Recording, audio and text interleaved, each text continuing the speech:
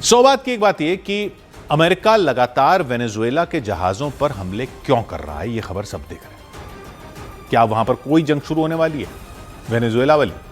America और Venezuela की कौन सी लड़ाई चल रही है? यहां की ज्यादातर पब्लिक तो यही नहीं जानती कि वेनेजुएला कहां है और अमेरिका और वेनेजुएला के बीच तनाव क्यों हो रहा है। तो वेनेजुएला एक देश है दक्षिण अमेरिका में। दक्षिण अमेरिका यानी ब्राजील, अर्जेंटीना, चिली जैसे देश वाला महाद्वीप।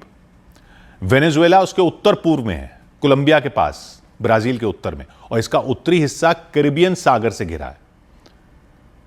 अमेरिका मतलब यूएसए उत्तरी अमेरिका में है, कनाडा के नीचे। वेनेजुएला अमेरिका से लगभग 3200 किलोमीटर दक्षिण में। अमेरिका के फ्लोरिडा से जहाज चलाओ तो कैरिबियन सागर पार करके वेनेजुएला आ जाता है। वेनेजुएला साइज में समझ लीजिए भारत के गुजरात और राजस्थान जितना है, लेकिन जनसंख्या 3 करोड़ भी नहीं है, 2 करोड़ 80 लाख के आसपास है। तो यह छोटा सा देश अमेरिका से कैसे भिड़ रहा है और क्यों भिड़ रहा है? इसकी राजधानी है काराकस, जो पहाड़ों में बसी है। तो सबके लिए जानने वाली बात यह है कि यह देश तेल का खजाना है, दुनिया का सबसे बड़ा तेल भंडार यहां है, अरब देशों में नहीं है। सबसे ज्यादा तेल इस देश में है। वो अलग बात है कि तेल निकालने में और उत्पादन में ये पीछे है, लेकिन भंडार सबसे बड़ा इसके पास है। तो आप सोच रहे होगे फिर तो ये बहुत ही अमीर देश होगा ना, बल्कि वहां गरीबी, भूखमरी और राजनीतिक कलह है। तो ये क्यों है इसको समझना जरूरी है। वेनेजुएला का अमेरिका से पुराना रिश्ता है। 19वीं सदी में वेनेजुएला को स्पेन से आजादी मिली थी। फिर 20वीं सदी में तेल की खोज हुई। 1920 के दशक में तेल मिला, अमेरिकी कंपनियां यहां आई, उनका तेल हो गया, वेनेजुएला अमेरिका को तेल बेचता था।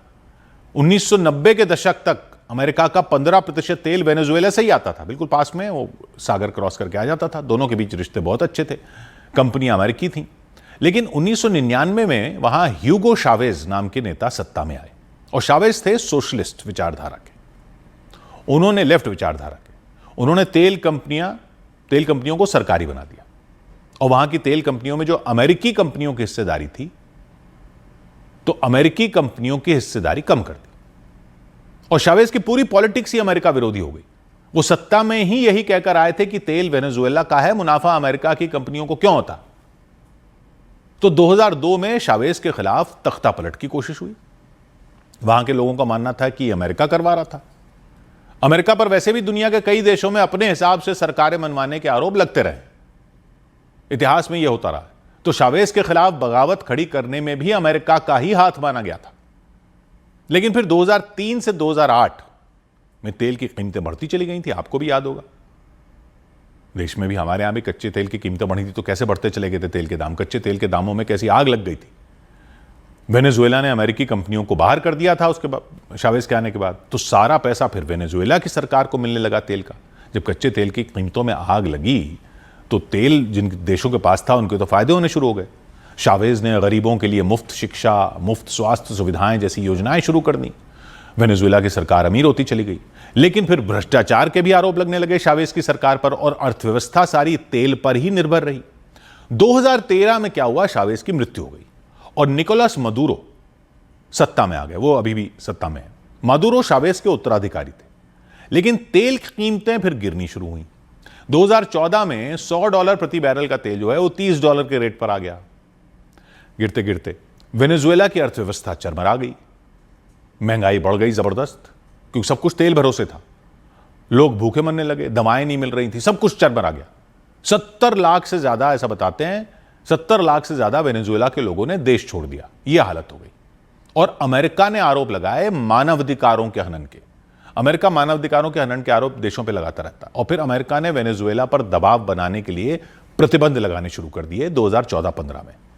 जैसे अमेरिका करता है कई देशों में, प्रतिबंध लगा देता कि कोई इस देश से व्यापार नहीं करेगा, ईरान वगैरह में जैसे किया, और भी कई देशों के साथ करता है। 2017 में ट्रंप ने और सख्ती कर दी। जब पहले ट्रंप की सरकार थी, वहां से तेल लेना बंद कर दिया। दूसरे देशों पर भी दबाव डाला कि वहां से तेल मत लो, जैसा अमेरिका करता रहता है कि प्रतिबंध लगाएं, यहां से तेल नहीं लेंगे। और 2019 में अमेरिका ने ऐलान कर दिया कि वहां पे विपक्षी नेता जो मदुरो के विरोधी हैं, जुआन गुआइडो, उनको वो अंतरिम राष्ट्रपति मानेगा। अमेरिका ने कह दिया हमारे लिए राष्ट्रपति हैं, ये नहीं है, और मदुरो को वहां का राष्ट्रपति ही नहीं मानता। फिर बाइडेन की सरकार आई तो उन्होंने बातचीत शुरू करने की कोशिश की, लेकिन फिर आरोप लगे कि 2024 के चुनाव में मदुरो ने धांधली की और विपक्षी उम्मीदवार को जेल भेज दिया, तो अमेरिका ने फिर प्रतिबंध और लगा दिए। अब फिर ट्रंप राष्ट्रपति बन गए। सितंबर से अमेरिका ने कैरिबियन सागर में भारी सैन्य जमावड़ा किया हुआ है, युद्धपोत हैं, मरीन सैनिक, हेलीकॉप्टर सब उतार रखे हैं वहां। 21 नावों पर अमेरिका हमले कर चुका है। और अमेरिका क्या कहकर हमले कर रहा है? अमेरिका आरोप है वहां से ड्रग्स की तस्करी हो रही है। अमेरिका कह रहा है वहां से ड्रग्स की तस्करी हो रही है, और ड्रग्स तस्करी के नाम पर वो वेनेजुएला की नावों और जहाजों पर हमले कर रहा है। अभी 29 नवंबर को ट्रंप ने वेनेजुएला का हवाई क्षेत्र ही बंद करने का ऐलान कर दिया था कि कोई विमान ही नहीं उड़ेगा। तो अब वेनेजुएला ने इसे युद्ध का ऐलान मान लिया कि अमेरिका ने हमारे खिलाफ युद्ध छेड़ दिया। अमेरिकी सेना ने वेनेजुएला तट पर एक तेल टैंकर को ही जब्त कर लिया, यह कहते हुए कि यह प्रतिबंध तोड़कर तेल ले जा रहा था, और नए प्रतिबंध लगा दिए मादुरो की पत्नी के 3 भतीजों पर, 6 जहाजों और कंपनियों पर। ट्रंप ने मादुरो को 1 हफ्ते का अल्टीमेटम दिया कि सत्ता छोड़ दो और परिवार समेत भाग जाओ। तो इसलिए लोग कह रहे हैं कि असली मकसद यह है कि मादुरो को हटाना है। वेनेजुएला का आरोप है कि अमेरिका तेल के लिए आक्रमण कर रहा है। अमेरिकी सांसद भी चिंतित हैं और कुछ तो कह रहे हैं कि ट्रंप अमेरिका को युद्ध में धकेल रहे हैं। ब्राजील के सलाहकार ने चेतावनी दे दी कि यह अमेरिका के लिए वियतनाम जैसा हो सकता है, जहां पर सालों तक लड़ने के बाद अमेरिका को पीछे हटना पड़ा था। वहां भी अमेरिका चला गया था वियतनाम में। लेकिन ट्रंप पड़े हुए हैं कि वेनेजुएला एक नार्को टेररिस्ट देश है, मतलब वो ड्रग्स कारोबार का अड्डा है और आतंकवाद फैलाता है।